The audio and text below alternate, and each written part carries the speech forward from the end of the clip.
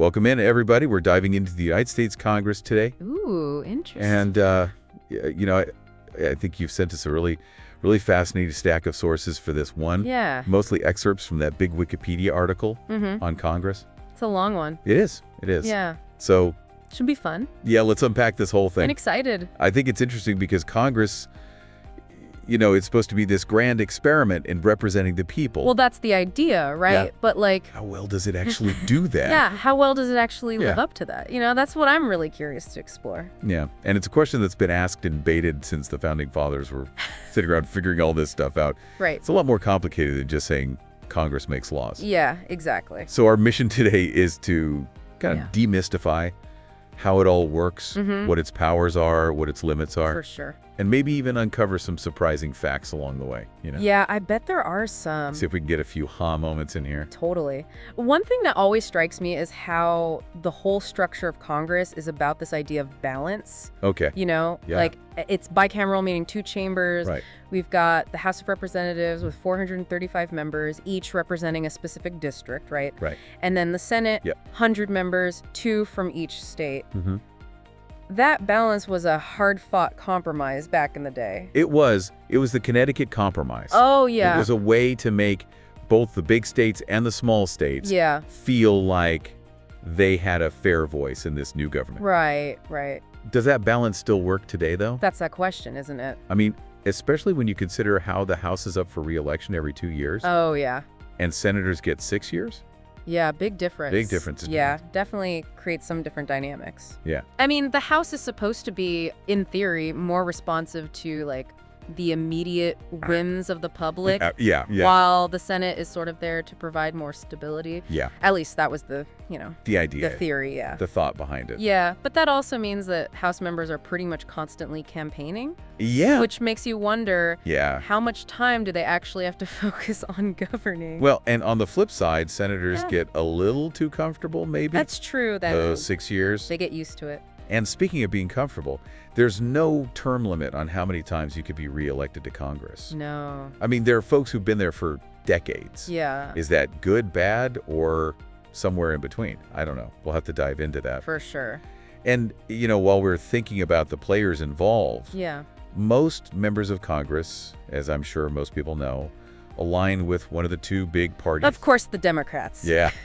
And the Republicans. And we all know how lively that dynamic can be. Oh, yeah. It's like a political pendulum swinging back and forth between, cooperation and all-out partisan warfare. Absolutely. So no matter what's going on between the parties, though, Yeah. one thing remains constant to get anything done. Both the House and the Senate have to agree. Yeah, that's right. It's a system of checks and balances to prevent one chamber from just kind of running roughshod over the other. Right. But it can also make passing legislation a real headache sometimes. It definitely can. And beyond just the 535 voting members, there are also 6 non-voting members of the House who represent, those territories, like Puerto Rico and D.C. Yeah, they have a voice, but not a full vote, right? Right, they can speak, but they can't actually vote on legislation. It makes you wonder how fair that really is.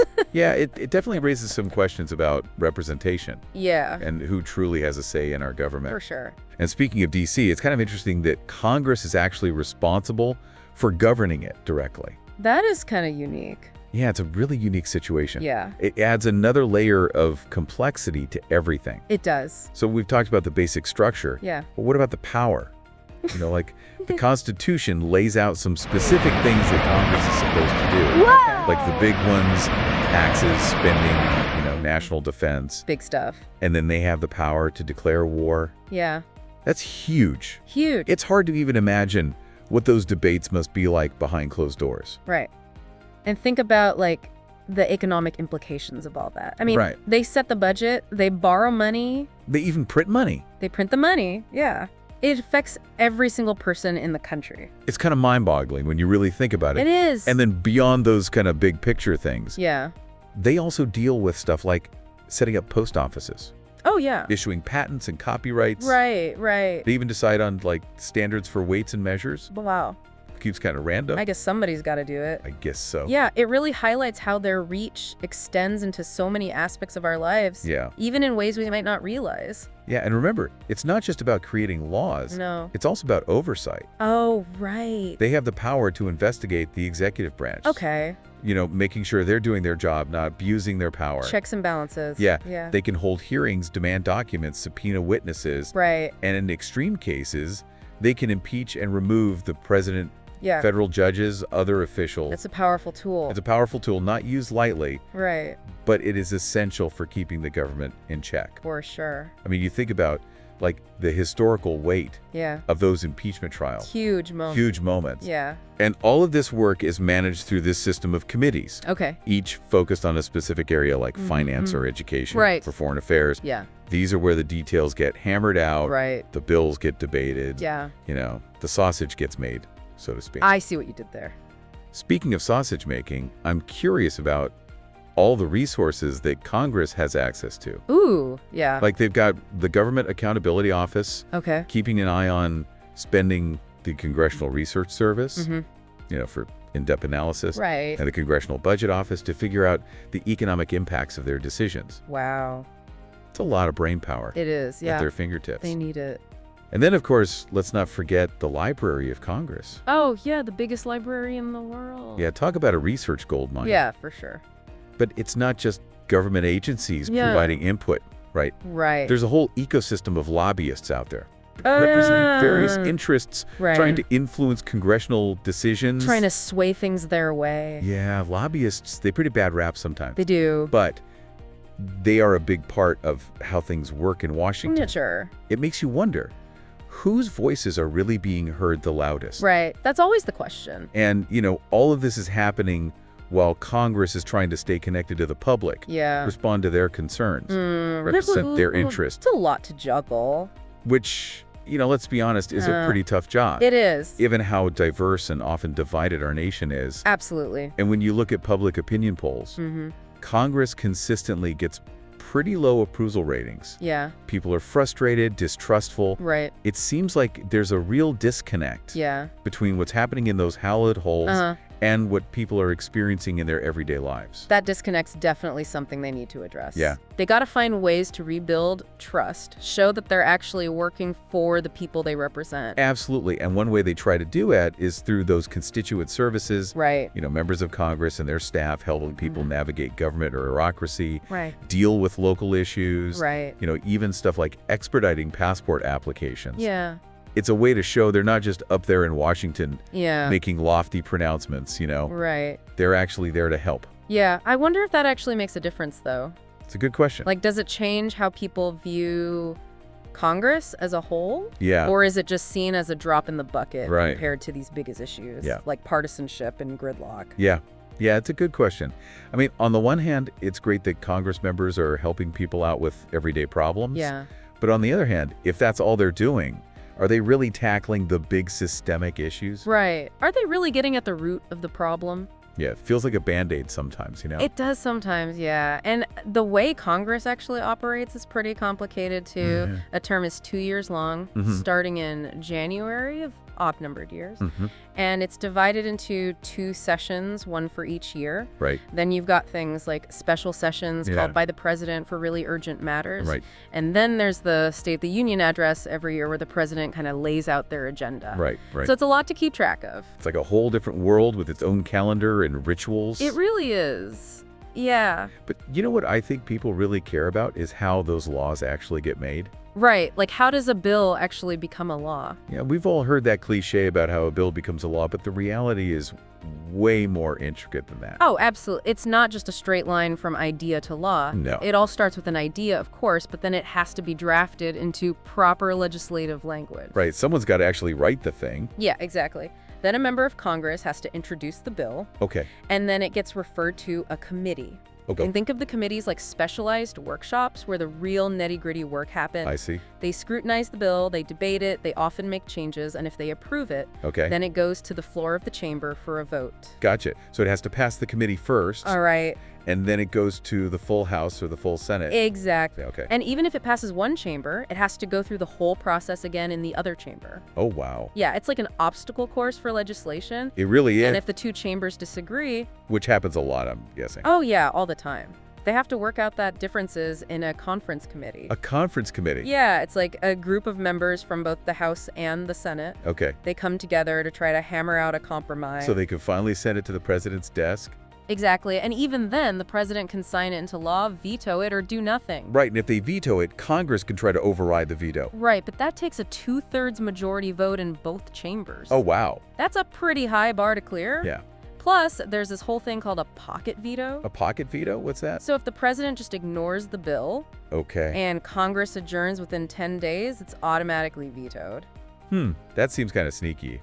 It is a strategic move for sure. Yeah. But all these steps, all these checks and balances, they're there for a reason. They're designed to make sure that laws are thoroughly debated and considered Okay, I get that. before they're enacted. But sometimes it feels like all those checks and balances just lead to gridlock. I hear ya. It's a common frustration. It can feel like nothing's getting done. Yeah. But let's shift gears a bit and think about the individuals who actually make up Congress. Okay. Like, what motivates them? What challenges do they face? That's a good point. It's easy to forget that there are actual human beings behind all the political maneuver. They're not all the same, right? No, definitely not. You've got some who are in it for the power, some who are true policy wonks, and some are just trying to... Whoa! Exactly. There's actually a political scientist named Richard Fenno who categorized members of Congress into those three main types: re-election seekers, policy wonks, and power players. Re-election seekers, policy wonks, and power players. Yeah, of course, it's not always that clear-cut. Right. But it's a helpful framework for understanding their behavior. I like it. So the re-election seekers, those are the ones who are constantly shaking hands, kissing babies, making sure everyone in their district knows their name. Right. They're all about staying in office. Exactly, which can sometimes make them shy away from tough decisions. Because they don't want to rock the boat too much. Right, exactly. Then you've got the policy wonks. Yeah. The folks who are deeply passionate about specific issues. So they're the ones who are poring over legislation, consulting with experts, trying to craft the best possible solutions. Yeah, they're like the unsung heroes of Congress. Yeah. Working behind the scenes to make things better. Right. And then there are the power players. Okay. The ones who thrive on the game of politics. The strategist. Yeah, they're skilled negotiators, coalition builders, and they know how to climb that leadership ladder. So they're the ones who become committee chairs, party whips. Yep, even Speaker of the House. They're in it to shape the agenda, wield influence, leave their mark on history. Exactly. And I guess all of these motivations can kind of coexist in one person, right? Oh, for sure. It's not like they're mutually exclusive. But it's interesting to think about how those different drives might shape their decisions. Absolutely. Their priorities. Yeah, and let's not forget, all of this is happening under intense public scrutiny. Right. Like, every vote they cast, Uh-huh. every speech they make, every meeting they attend. It's all being analyzed and debated in the media and on social media. Exactly. It's a pressure cooker environment. It's no wonder they seem risk-averse sometimes. Right. Who wants to be the target of a Twitter mob? Exactly, or end up on the front page for making a controversial decision. Yeah, nobody wants that. But that pressure can also lead to this disconnect between Congress and the people they're supposed to represent. Exactly. You know, people feel like their voices aren't being heard, Yeah. and their representatives are more concerned with optics than actually solving problems. It's a real danger in a system that prioritizes self-preservation over bold leadership. And then you've got the scandals and controversies Oh, yeah. that always seem to be swirling around Congress. Right. You've got the influence of lobbyists, allegations of corruption. Concerns about insider trading. Yeah, lavish trips on taxpayer dollars. It all adds up to this image of a system that's rigged in favor of the powerful Yeah. and disconnected from the needs of everyday people. And all of that erodes public trust even further. Right. People start to feel like the system is working against them. Yeah. And they become cynical and disengaged. It's a vicious cycle. It really is. But it's important to remember Yeah. that not all members of Congress are corrupt Right. or self-serving. Yeah, of course not. There are plenty of good people there who are genuinely trying to make a difference. Absolutely. The problem is those voices often get drowned out by all the noise. That's true, and that's where we as citizens have a role to play. Okay. We can't just sit back and complain about how broken the system is. So what can we do? Well, we can stay informed about the issues. Okay. We can contact our representatives and make our voices heard. So be active participants, not just passive observers. Exactly. We can support organizations that are working to promote transparency and accountability in government. And of course, we can vote. Yes, voting is key. But it often feels like the choices are between the lesser of two evils. I hear you. It can be disheartening. How do we break out of that cycle? That's the million-dollar question, isn't it? It's about making the system more responsive to the needs of the people. Okay. And making sure that everyone has an equal voice. Regardless of their wealth or influence. Exactly. It's a tall order. It is. But it's essential if we want to have a government that truly works for the people. Okay. And speaking of the people, let's talk about this concept of parliamentary privilege. Parliamentary privilege, what's that? It's a set of protections that members of Congress enjoy. Okay. To ensure they can perform their duties without undue interference. Okay. But it also raises some interesting questions. Like, what kind of protections are we talking about? Well, for one thing, members of Congress are generally immune from arrest while Congress is in session. Except for serious offenses, I'm assuming? Right, like treason or felony. So they can't just be arrested for, like, speeding on their way to vote on a bill? Exactly. It's meant to prevent the executive branch from using law enforcement to intimidate or silence members of Congress. I see. It's a safeguard against political interference. That makes sense. It's like a shield protecting them from being unfairly targeted? Right. Parliamentary privilege also includes freedom of speech during debates. Oh, okay. So members of Congress can't be sued for slander or libel for anything they say on the floor of the House or Senate. So they can speak their minds freely without fear of legal repercussions. Wow.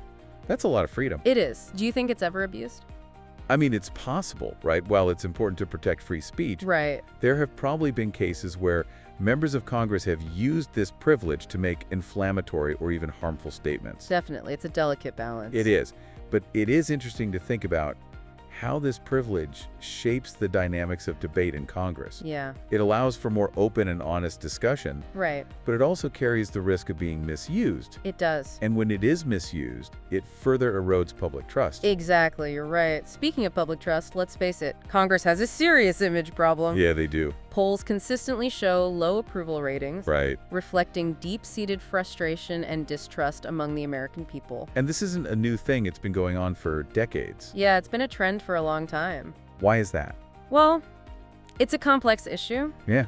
The constant partisan gridlock is a major turnoff for a lot of Americans. Okay. They see Congress as dysfunctional, unable to compromise or get anything done. Yeah. It's like watching a tennis match where the ball never goes over the net. Right, just back and forth, back and forth. With no progress. Exactly. And then you add in the perception of corruption. Right. With members of Congress accused of taking bribes, engaging in insider trading, using taxpayer money for personal gain. It just reinforces the idea that the system is rigged against ordinary people. Yeah. And the lack of transparency in the legislative process doesn't help either. Right. Many Americans feel like decisions are being made behind closed doors without their input or knowledge. It's like that black box where bills go in. Yeah. And laws come out. Right. But no one really knows what happens in between. It's very Wizard of Oz, like pay no attention to the man behind the curtain. But people are paying attention. They are. And they're not happy with what they're seeing.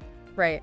And let's not forget the role of negative campaigning. Oh, yeah. The constant barrage of attack ads has really soured people on the entire political process. It's exhausting. It is. And it contributes to this sense of cynicism and apathy among voters. Right, making it even harder for Congress to regain their trust. Yeah, it's like a self-fulfilling prophecy of negativity. It really is. But despite all of these challenges, it's important to remember that there are members of Congress who are working hard to represent their constituents, okay, address important issues, and make the system work better. They're just not always the ones making the headlines. Right, exactly. Yeah, it's easy to get caught up in the negativity. It is. And focus on the scandals. Yeah, but there are also stories of dedication, bipartisanship, and genuine public service happening within the halls of Congress. We just need to make sure those stories are being told. Exactly, and that's where we as citizens come in. Okay. We need to be more discerning consumers of information and not just buy into the narratives of negativity and division. So seek out the stories of hope and progress. Exactly. Support the individuals and organizations that are working to make a positive difference. So it's about being active participants in our democracy, not just passive observers. I like that. It's about holding our leaders accountable. Yeah. But also recognizing that they're human beings trying to navigate a complex and often challenging system. Exactly. And it's about remembering that even though Congress may seem like this distant and dysfunctional institution, it ultimately reflects who we are as a nation. If we want to see a better Congress, we need to start by looking in the mirror. That's a powerful thought. That's a powerful thought, yeah. Congress as a reflection of ourselves makes you wonder if we're so dissatisfied with how it's working, what does that say about us? It's a question worth pondering, for sure. And, it leads to another thought. Congress doesn't exist in a vacuum. It's constantly interacting with the public, trying to represent this diverse nation with all these often competing interests. That's got to be tough. It's like trying to herd cats, right? I know. You've got constituents with their individual concerns, interest groups pushing their agendas, lobbyists whispering in ears, the executive branch making demands, the media scrutinizing everything, even foreign governments trying to exert influence. How do members of Congress even begin to make sense of all that noise? It's a constant balancing act. They have to prioritize, figure out which voices to listen to, which issues to focus on, and those decisions are rarely straightforward. It's about navigating trade-offs, compromises, and sometimes it means making tough choices that might not please everyone. Yeah, like, a Congress member might have to choose between supporting a bill that's good for their district but goes against their party's platform, or they might have to weigh the needs of their constituents against what they believe is in the best interest of the country as a whole. Tricky situations. They are tricky dilemmas, and all of this is happening under intense public scrutiny. Every vote, every speech, every meeting is analyzed and debated. That kind of pressure can lead to risk aversion, members being hesitant to take bold stands or support controversial policies, even if they believe it's the right thing to do. It's like they're constantly walking on eggshells, worried about the potential backlash. And that can create a real disconnect between the people and their representatives. Folks feeling like their voices aren't being heard or their concerns aren't being taken seriously. Yeah, that's the danger of a system that prioritizes self-preservation over bold leadership. But what can be done to change that dynamic? How do we bridge the gap and rebuild trust between Congress and the public? Well, I've heard some people talk about making the legislative process more transparent, like making it easier for people to track bills, contact their representatives, provide feedback that way. It feels less like a secretive backroom deal and more like a collaborative effort. Transparency is key, for sure. Another idea is limiting the influence of money in politics, so it's not just the wealthiest special interests and lobbyists calling the shots. Right. Leveling a playing field would go a long way in ensuring that decisions are being made based on the merits of the issues, not who has the deepest pockets. That would be huge, but even with those changes, it still comes down to the individuals we elect to represent us. We need people who are willing to listen to compromise, to put the needs of the people above their own self-interest. And maybe we need to be a little more forgiving and understanding of the challenges they face. I like that. A little more empathy, a little less cynicism. It's easy to get caught up in the negativity, but maybe what we really need is a shift in perspective. Instead of focusing on what's wrong with Congress, maybe we should start focusing on what we can do to make it better. So it's not just about reforming the system, it's about changing the culture. It's about demanding better from our leaders, but also holding ourselves to a higher standard. Exactly. It's about recognizing that Congress is a reflection of us, and if we want to see a change, we need to start with ourselves. Wow, that's a pretty profound takeaway. We've covered a lot of ground in this deep dive into the United States Congress. We talked about its structure, its history, its powers, its challenges, and its relationship with the public. It's clear that it's a complex and often messy institution. It is. But it's also a vital part of our democracy, a place where diverse voices can be heard, debates can be had, and decisions can be made that shape the future of our country. It's not perfect, but it's ours, and it's up to all of us to make it work. So here's something to consider. If so many congressional incumbents win re-election, does this mean the system is working well, or does it point to a need for a serious overhaul? Keep exploring and let us know what you think. We'll see you on the next deep dive.